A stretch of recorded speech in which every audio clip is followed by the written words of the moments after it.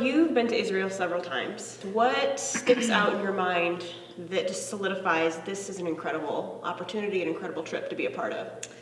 Well, I can tell you that I was not one to ever wish to go to Israel. That was not my dream. I would never even thought about doing it.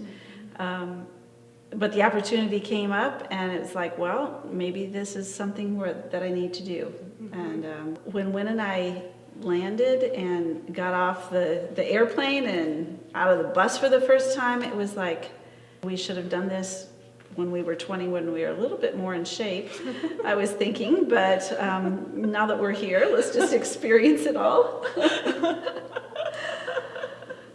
I know you and Wynn were missionaries for several years. You were Bible translators. So what about that was similar or different, in all of that?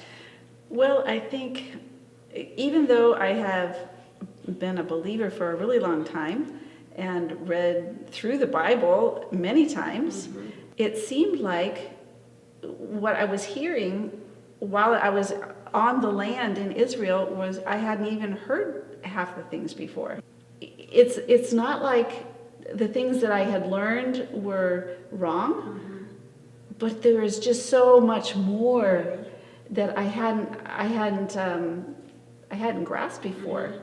We went to places and saw sights and mountains and rivers and places that now I can read scripture and go, I've been there, I know what it looks like, I know what it feels like, I know what it smells like.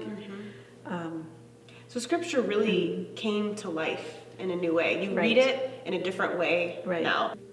So you're a mom, obviously you have 3 kids, and you have lots of grandkids. And I hear from people, I would love to go and be a part of something like this, but it's just, it's never going to happen until our kids are raised and grown and they're out of the house. How do you respond to that when you hear that? There are certain things in life that set the tone for the rest of your life. But I can say that living and walking through the pages of Scripture, you will see the world in a totally different way.